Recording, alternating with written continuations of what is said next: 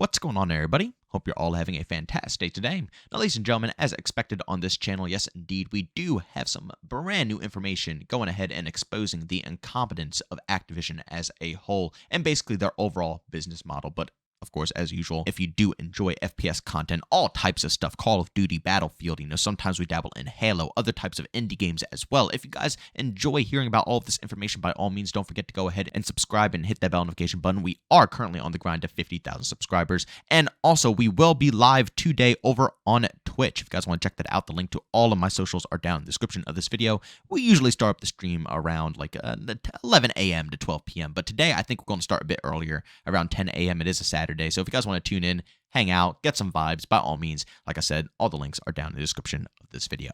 Now, ladies and gentlemen, if you haven't heard already over on Twitter, Activision actually released a little bit more extra information for us behind the scenes on how, Call of Duty is doing. And basically, to summarize it, long story short, Charlie Intel put a tweet out over on Twitter saying, Activision Blizzard says they have concerns over the longevity of the Call of Duty League. Basically, in the post that Activision put out there, the Call of Duty League is not doing so hot anymore. Their bread and butter, something that they have invested so much money into is absolutely flopping in their eyes. And obviously behind the scenes, they don't see any potential good direction coming out of this overall scene. And I gotta be completely honest here. Activision completely deserves every last thing that is happening to them right now.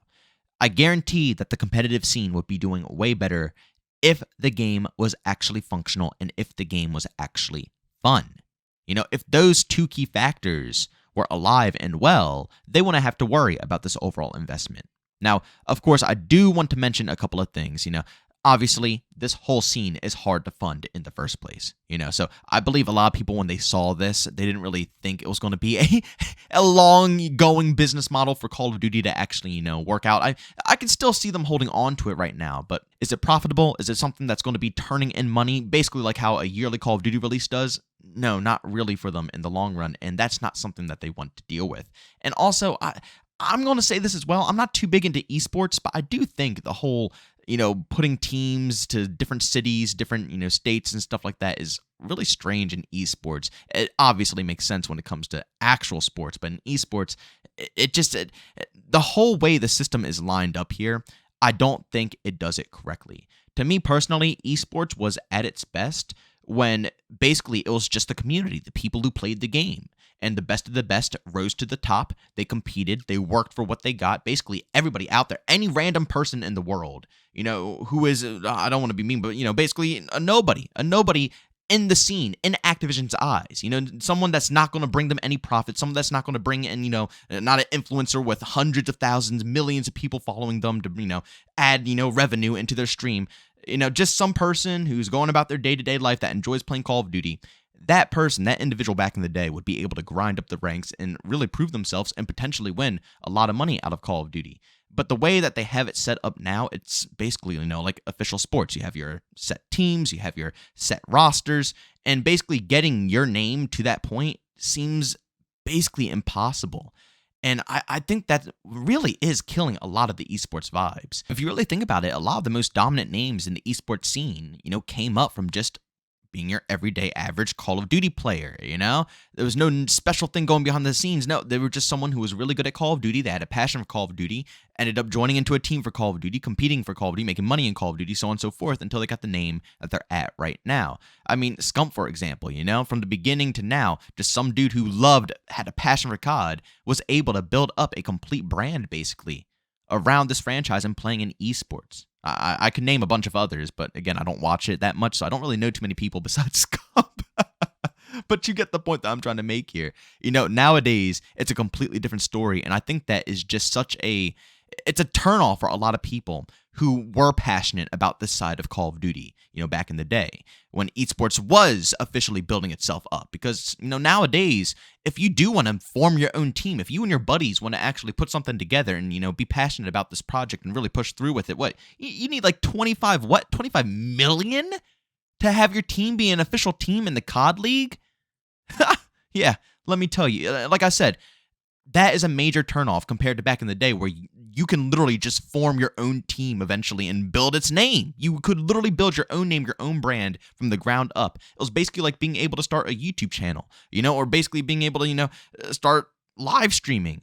The same process, you start from the ground up, you build your name, you compete, and people did that. They grew their brands, and then Call of Duty thought it was good to take over, buy out the whole scene, and, put in the restrictions that they are right now. That's just pure stupidity. And once again, Activision, you deserve what you get. Doing these, you knew what you were doing. And you knew that this scene wasn't that profitable in the first place. Didn't a lot of the teams used to make money? Like, they had to compete for that money. It wasn't like it was a straight up business. No, they were like teams of people who got together, really good players, and they would compete to go make money.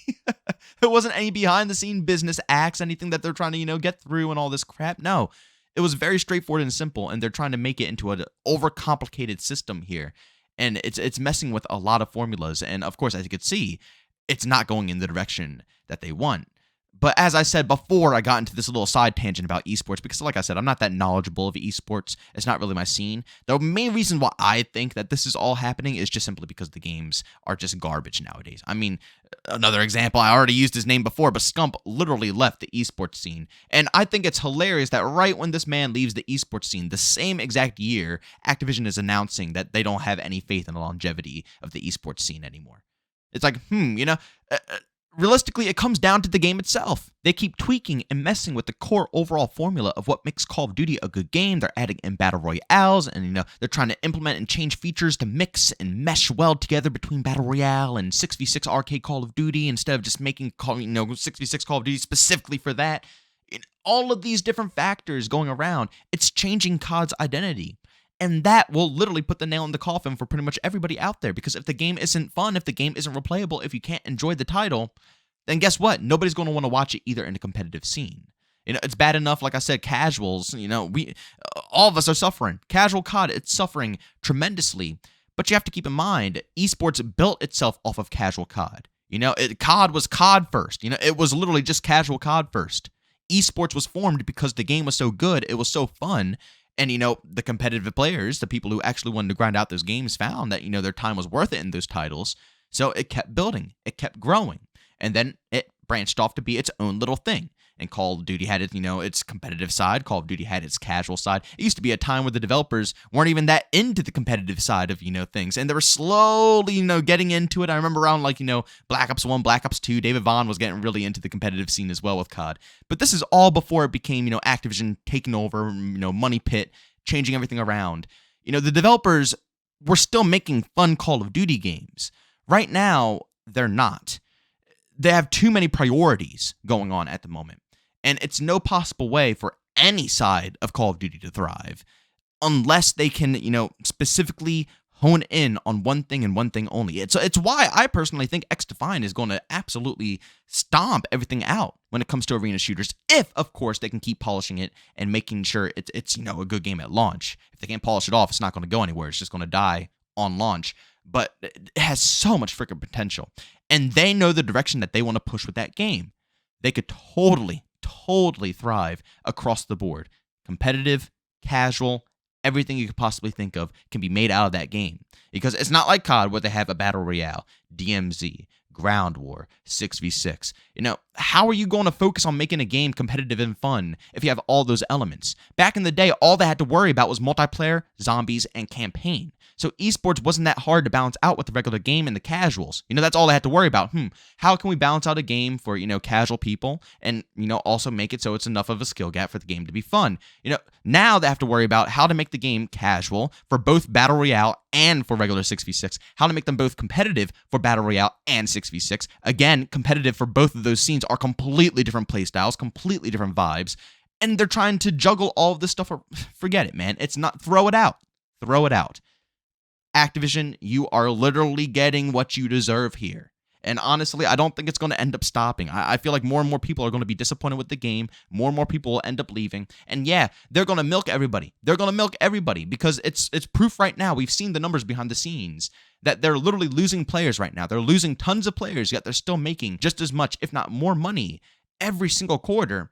Obviously, they're milking us out and they're literally upping up the prices all the time. and is working. But eventually that player count is going to get so small, and they're going to have to raise the prices so much to keep those, numbers accurate and good enough for each other that it's not going to be worth it anymore. And the player base will dwindle, the game will die, and they're going to find themselves in a really rough spot. But ladies and gentlemen, thanks so much for checking out this video. If you enjoyed it, make sure to leave a like button. If you hate it, leave a dislike. Also, if you're brand new, enjoy the content, subscribe to that notification button. Also, on chat me, there's two ways to do so. Our Twitter and Discord, both linked down in the description. And also, want to catch me live streams of video games over on Twitch. Link is in the description as well. But guys, thanks so much for tuning in. See you on the next one. Peace out.